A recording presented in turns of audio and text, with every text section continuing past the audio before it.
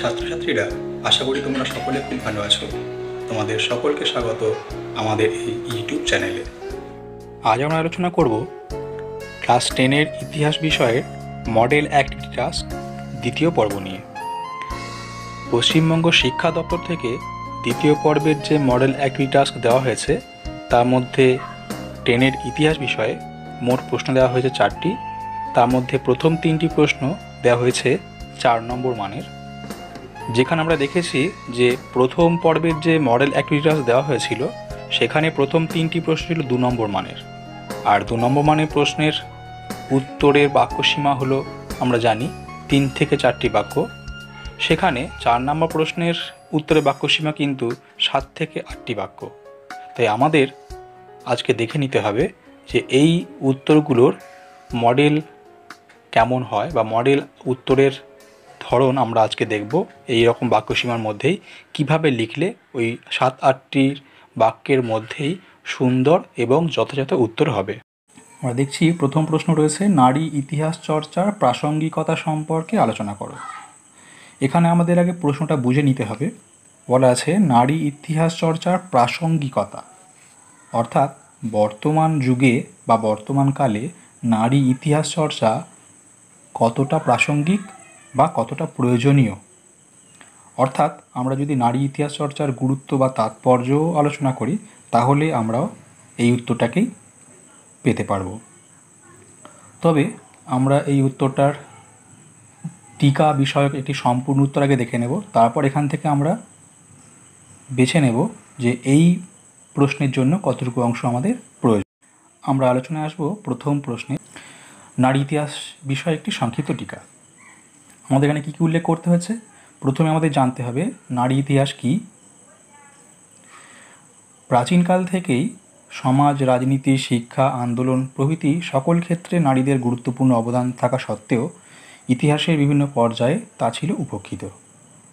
তাই প্রচলিত ইতিহাস চর্চার সংশোধন ঘটিয়ে ইতিহাসে নারীদের ভূমিকার উপর আলোকপাতের উদ্দেশ্যে যে নতুন ইতিহাসের ধারা সূত্রপাত হয় তাই হলো নারী ইতিহাস বা নারীবিদ্যা বা মানবী বিদ্যা।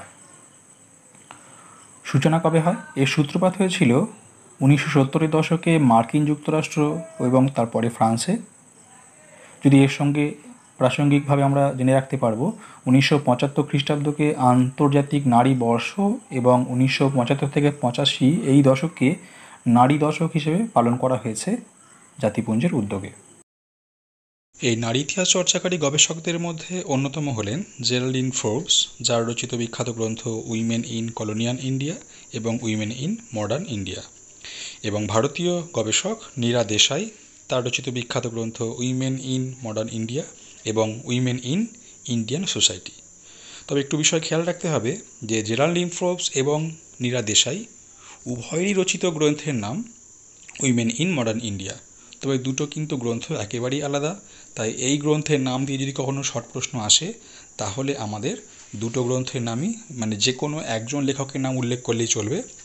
তবে এমসিকিউ থাকলে আমাদের লক্ষ্য রাখতে হবে এই দুজনের মধ্যে কার নামটি দেওয়া রয়েছে। এই নারী ইতিহাসের বৈশিষ্ট্য কী? না, এই নারী ইতিহাস চর্চার বৈশিষ্ট্য হলো 1. বিভিন্ন যুগে নারীর অবদানসমূহের অনুসন্ধান। 2. তাদের অবদানকে মূল্য দেওয়া। 3. নারী সম্পর্কে আর্থসামাজিক ও নৈতিক বোধ তৈরি করা। এবং 4. নারীর সামাজিক রূপান্তর ঘটিয়ে পূর্ণ নাগরিকের যোগ্য করে তোলা। এরপর আমরা আসছি নারী ইতিহাস চর্চার গুরুত্ব বা তাৎপর্য, যেখানে আমরা নারী ইতিহাস চর্চার প্রাসঙ্গিকতা বা প্রয়োজনীয়তা এই পয়েন্টের উত্তরগুলো পেতে পারবো। এখানে আমরা 4টে পয়েন্টকে দেখিয়েছি যে আধুনিক সমাজে এই নারী ইতিহাস চর্চার কয়েকটি গুরুত্ব বা তাৎপর্য পরিলক্ষিত হয়েছে। আমরা খেয়াল রাখতে হবে যদি আমাদের উত্তর লিখতে হয় নারী ইতিহাসের গুরুত্ব বা তাৎপর্য, তাহলে আমরা এইভাবে বাক্য দিয়ে শুরু করব।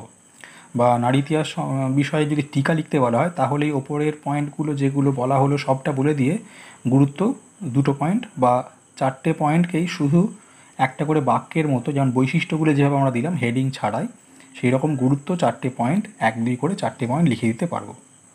কিন্তু যদি স্পেশালি প্রশ্ন পড়ে নারী ইতিহাস চর্চার গুরুত্ব বা তাৎপর্য বা প্রাসঙ্গিকতা, তাহলে আমরা এই রকম পয়েন্ট 4টে পয়েন্ট হেডিং করব এবং তার পাশাপাশি তার সাপোর্টিং সেন্টেন্সগুলোকেও লিখব।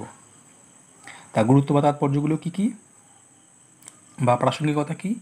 1 নম্বর, আধুনিক নারী সমাজের অনুপ্রেরণা।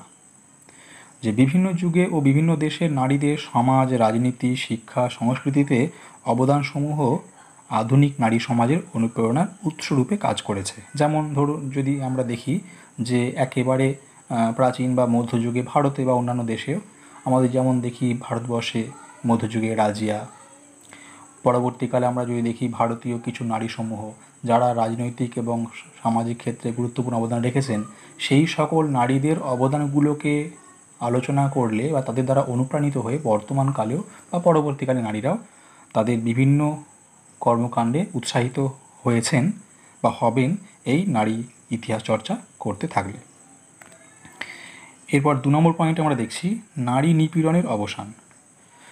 দীর্ঘ সময় ধরে ভারত তথা বিশ্বের নারী সমাজ ও অশিক্ষা, বাল্য বিবাহ, পণ প্রথা, বধূ নির্যাতন, যৌন নিপীড়ন প্রভৃতি দ্বারা কীরূপে শোষিত হতো তার তথ্যাবলী এই নারী ইতিহাস চর্চায় প্রকাশিত হয়।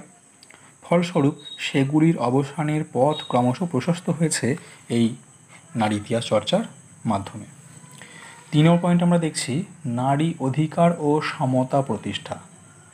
নারী ইতিহাসের দ্বারাই বিভিন্ন দেশে নারীরা ক্রমশ তাদের অধিকার ও মর্যাদা সম্পর্কে সচেতন হয়েছে এবং সমাজে নারী পুরুষ সমতা প্রতিষ্ঠায় অগ্রসর হয়েছে। এবং 4 নম্বর পয়েন্ট নারী প্রগতি ও সভ্যতার অগ্রগতি। আধুনিককালে বিভিন্ন আন্দোলনে নারীদের সক্রিয় অংশগ্রহণ, শিক্ষা, সংস্কৃতি, খেলাধুলা ও রাজনীতিতে তাদের গৌরবজনক ভূমিকা নারী প্রগতির দৃষ্টান্ত তুলে ধরেছে এবং সাথে সাথে ওই সকল দেশের সভ্যতার সূচককেও উন্নীত করেছে। অর্থাৎ নারী সমাজের ক্রম উন্নতি দ্বারাই বিভিন্ন দেশের যে সভ্যতার মাপকাঠি নির্ধারিত হয় বা সেই সব দেশ যে উন্নত তাদের সেই দিকটি প্রস্ফুটিত হয় নারী উন্নতির মধ্য দিয়ে। তাহলে আমরা এই যে 4টে পয়েন্ট দেখলাম, আধুনিক নারী সমাজের অনুপ্রেরণা, 2 নারী নিপীড়নের অবসান, 3 নারী অধিকার ও সমতা প্রতিষ্ঠা এবং 4 নারী প্রগতি ও সভ্যতার অগ্রগতির সূচক। এই 4টে পয়েন্টকে আমরা নারী ইতিহাস চর্চার গুরুত্ব বা তাৎপর্য হিসেবে দেখাতে পারি, অথবা নারী ইতিহাস চর্চা প্রাসঙ্গিকতা বললেও আমরা এই 4টে পয়েন্টকে দেখাতে পারবো। তাহলে আমরা শুধু এই উত্তরের জন্য, যেহেতু 4 নম্বরের ক্ষেত্রে বলা হয়েছে 7-8টি বাক্যে উত্তর লেখো, তাহলে আমরা যে টিকাটি পুরোটা উত্তর আলোচনা করলাম সেটা আমাদের 4 নম্বরের পক্ষে যথেষ্ট না, মানে খুব বড় হয়ে যাবে। তাই যদি থাকে, আমি আগেই বললাম, যদি নারী ইতিহাস বিষয়ে টিকা বলা হয় তাহলে প্রথম 4টে প্যারাগ্রাফ অর্থাৎ নারী ইতিহাস সূত্রপাত, নারী ইতিহাস চর্চাকারীদের নাম, বৈশিষ্ট্য, এইগুলো বলার পরে বৈশিষ্ট্য পারলে 2টো পয়েন্ট বলবো, গুরুত্ব বা তাৎপর্য বা প্রাসঙ্গিকতার 4টে পয়েন্টকে হেডিং ছাড়া শুধু 4টে বাক্যে আমরা শেষ করব যদি টিকা বলা হয়। কিন্তু যদি বলা হয়ে থাকে নারী ইতিহাস চর্চা প্রাসঙ্গিকতা, তাহলে আমরা নারী ইতিহাস চর্চা কী তার সংজ্ঞাটা বলবো এবং একেবারে সোজা যদি পারা যায় একটা বাক্য বলবো কবে সূচনা হয়েছিল, সূত্রপাতের একটা বাক্য, একেবারে তারপরে ডাইরেক্ট চলে আসবো প্রাসঙ্গিকতা হেডিং করে 4টে পয়েন্ট হেডিং সহ। তাহলে আমাদের মোটামুটি প্রথম প্যারাগ্রাফ রয়েছে 2টো বাক্য, সূত্রপাত একটা বাক্য এবং 4টে যে প্রাসঙ্গিকতা বা গুরুত্ব পয়েন্ট সেখানে আমরা পাবো মোটামুটি 5টা বাক্য। তাহলে আমাদের 8-9টা বাক্যের মধ্যে উত্তরটা আমরা শেষ করতে পারবো। এরপরে আমরা আসবো দ্বিতীয় প্রশ্নে আলোচনায়। গ্রামবার্তা প্রকাশিকা হলো একটি ব্যতিক্রমী পত্রিকা, আলোচনা করো। এখানে আমাদের প্রশ্নটিও বুঝতে হবে যে গ্রামবার্তা প্রকাশিকা ব্যতিক্রমী, অর্থাৎ গ্রামবার্তা প্রকাশিকা যে ছিল অন্যান্য সমকালীন পত্রিকাদের থেকে সম্পূর্ণ আলাদা বা স্বতন্ত্র, সেটি আমাদের দেখাতে হবে।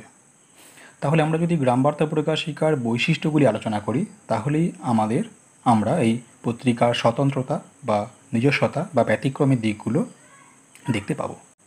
উত্তরটা আমরা এইভাবে শুরু করতে পারি। গ্রামবার্তা প্রকাশিকা ছিল বর্তমান বাংলাদেশের কুষ্টিয়া জেলার কুমারখালী গ্রাম থেকে প্রকাশিত একটি সাময়িক পত্র। প্রথমে এটি মাসিক পত্ররূপে প্রকাশিত হয়। এটি 1863 খ্রিস্টাব্দের এপ্রিল মাসে হরিনাথ মজুমদার, অর্থাৎ যিনি কাঙাল হরিনাথ নামে পরিচিত, তার সম্পাদনায় প্রথম প্রকাশিত হয়। এরপর আমরা আলোচনা করব এর বৈশিষ্ট্য। সার্বিক বিচারে বলা যায় গ্রাম বার্তা প্রকাশিকা ছিল একটি ব্যতিক্রমী পত্রিকা। কারণ পয়েন্ট 1 নম্বর, গ্রাম বার্তা প্রকাশিকা ছিল গ্রাম থেকে অর্থাৎ কুমারখালী গ্রাম থেকে প্রকাশিত প্রথম পত্রিকা, যা সমকালীন অন্যান্য শহর কেন্দ্রিক পত্রিকা থেকে স্বতন্ত্র। অর্থাৎ সমকালীন অন্যান্য সকল পত্রিকায় প্রকাশিত হতো শহর অঞ্চল থেকে। দ্বিতীয় পয়েন্ট, এই পত্রিকার মূল বিষয়বস্তু ছিল গ্রাম ও গ্রামবাসীদের অবস্থার বর্ণনা। 3, গ্রাম বাংলার অবস্থা বর্ণনের পাশাপাশি এই পত্রিকায় গ্রামাঞ্চলে নীলচাষীদের ওপর নীলকর, জমিদার ও মহাজনদের শোষণের কাহিনী তুলে ধরে তার প্রতিকারের ব্যবস্থা করাও ছিল এই পত্রিকার লক্ষ্য। এবং 4, এই পত্রিকাতেই প্রথম লালন ফকিরের বাউল গান প্রকাশিত হয়। তাই এক কথায় গ্রাম বার্তা প্রকাশিকা ছিল গ্রাম বাংলার গ্রামীণ সাংবাদিকতার জনক। তাই এই যে 4টে পয়েন্ট আমরা দেখালাম, এর থেকে আমরা দেখাতে পারি যে গ্রাম বার্তা প্রকাশিকার যে এই যে বৈশিষ্ট্যগুলি, সেগুলো ছিল অন্যান্য সমকালীন প্রায় সকল পত্রিকা থেকেই আলাদা।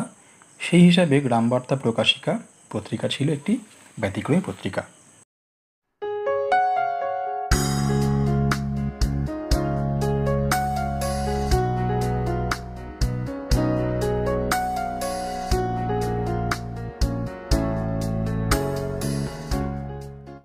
এরপর আমরা আসবো 3 নম্বর প্রশ্নের আলোচনায়। প্রশ্ন রয়েছে, নীল বিদ্রোহ সম্পর্কে সমকালীন শিক্ষিত বাঙালি সমাজের দৃষ্টিভঙ্গি কেমন ছিল?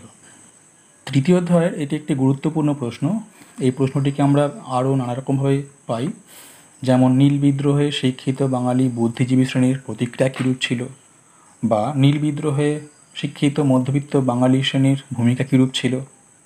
এইরকম বিভিন্ন রকমভাবে আমরা এই প্রশ্নটিকে পাই। উত্তরটি আমরা এইভাবে লিখতে পারি, 1859 থেকে 60 খ্রিস্টাব্দে বাংলায় নীল বিদ্রোহের অন্যতম বৈশিষ্ট্য ছিল শিক্ষিত মধ্যবিত্ত বাঙালি বুদ্ধিজীবী শ্রেণীর প্রত্যক্ষ ও পরোক্ষ অংশগ্রহণ। 1 নম্বর পয়েন্টে আমরা দেখাতে পারি বিদ্রোহে অংশগ্রহণ ও নেতৃত্বদান। শিক্ষিত বাঙালি সমাজের একাংশ নীল বিদ্রোহে প্রত্যক্ষভাবে অংশ নেন। নীল বিদ্রোহের 2 প্রভাবশালী নেতা যেমন নদিয়ার বিষ্ণুচরণ বিশ্বাস, দিগম্বর বিশ্বাস, এরা ছিলেন একসময় নীলকুঠির দেওয়ান। এবং ঔরঙ্গাবাদের নীল বিদ্রোহের নেতা মোরাদ বিশ্বাস, ইনিও ছিলেন নীলকুঠির প্রাক্তন কর্মচারী। সুতরাং এর থেকে আমরা দেখাতে পারছি যে বাঙালি শিক্ষিত শ্রেণীর একটা অংশ, একটা ছোট অংশ বিদ্রোহের নেতৃত্ব দিয়েছিলেন এবং সক্রিয়ভাবে অংশগ্রহণ করেছিলেন। দ্বিতীয় পয়েন্টে আমরা দেখাচ্ছি সংবাদপত্র ও সাময়িক পত্রের সমর্থন। একাধিক পত্রপত্রিকা ও তাদের উদ্যোক্তাদের সক্রিয় সমর্থন ছিল নীল বিদ্রোহের অন্যতম শক্তি। যেমন হরিশ্চন্দ্র মুখোপাধ্যায়ের হিন্দু প্যাট্রিয়ট পত্রিকা, সমাচার চন্দ্রিকা, সমাচার দর্পণ, তত্ত্ববোধিনী প্রভৃতি পত্রিকায় নীলকরদের অত্যাচারের কথা ধারাবাহিকভাবে তুলে ধরে কলকাতার শিক্ষিত বুদ্ধিজীবী সম্প্রদায়ের সহানুভূতি ও সমর্থন আদায়ে সক্ষম হয়েছিল। অর্থাৎ এই পয়েন্টে আমরা দেখাচ্ছি যে সংবাদপত্র ও সাময়িক পত্রের মাধ্যমে বিভিন্ন বুদ্ধিজীবী শ্রেণী বা শিক্ষিত শ্রেণী তারা বিদ্রোহকে সমর্থন জানাচ্ছেন বা অন্যান্য মানুষের সমর্থন বা সহানুভূতি আদায়ের সচেষ্ট হচ্ছেন। 3 নম্বর পয়েন্ট, নাট্যকার ও সাহিত্যিকদের সমর্থন। নাট্যকার দীনবন্ধু মিত্র তার নীল দর্পণ নাটকে নীলকরদের অনাচারের কাহিনী নিপুণভাবে তুলে ধরেন। পাদ্রী জেমস লংয়ের উদ্যোগে প্রকাশিত এর ইংরাজি অনুবাদও ব্রিটিশদের মধ্যে বিদ্রোহীদের প্রতি সহানুভূতি সঞ্চার করে। এইভাবে নাট্যকার এবং সাহিত্যিকগণ বিদ্রোহকে সমর্থন করেছেন।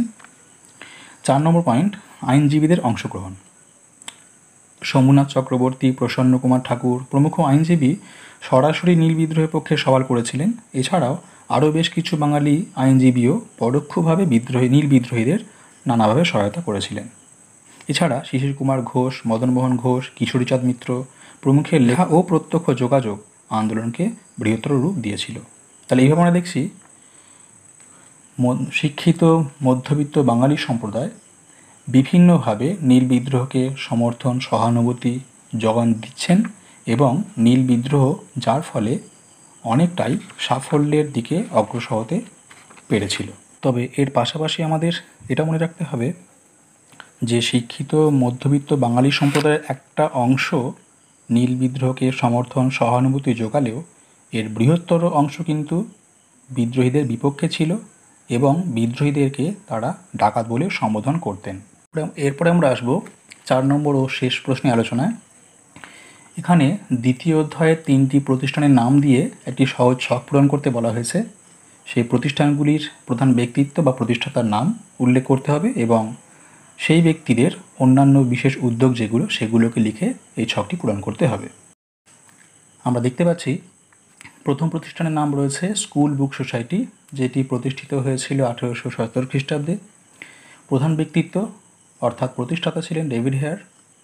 এর উদ্দেশ্য আমরা জেনে নেব। উদ্দেশ্য ছিল অল্প মূল্যে বা বিনামূল্যে পাঠ্যপুস্তক প্রকাশ ও প্রচারের উদ্যোগ নেওয়া।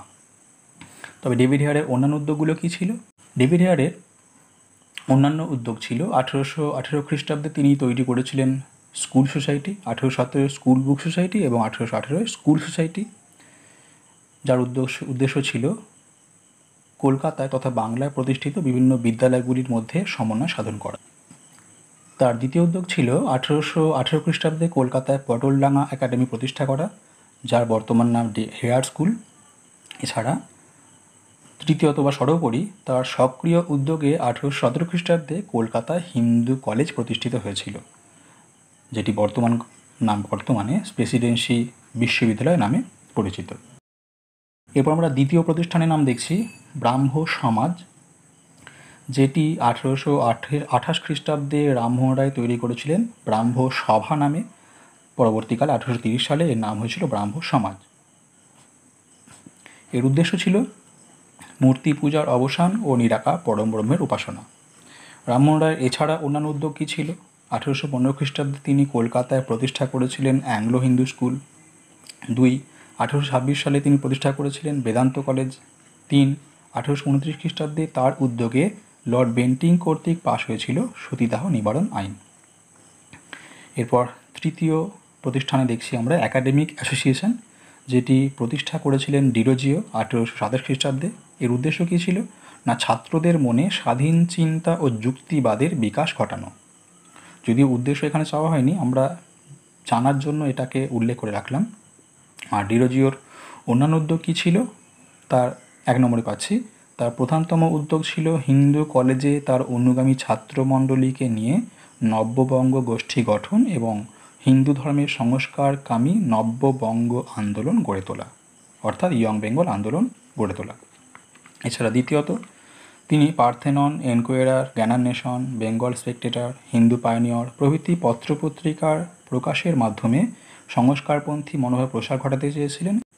তাহলে এভাবে আমরা 4টে প্রশ্নের উত্তর আলোচনা করে বুঝে নিলাম ক্লাস 10-এর দ্বিতীয় পর্বের মডেল অ্যাক্টিভিটি টাস্কের প্রশ্নের উত্তরগুলোর মডেল আকার কেমন হতে পারে। এর পাশাপাশি আমরা একটা ধারণা তৈরি করতে পারলাম যে মাধ্যমিকের ইতিহাসের 4 নম্বর প্রশ্নের লেখার ধরন বা টাইপ কী রকম হবে সেটা আমরা বুঝতে পারলাম। সকলে ভালো থেকো, সুস্থ থেকো, আমাদের এই চ্যানেলের সঙ্গে থেকো।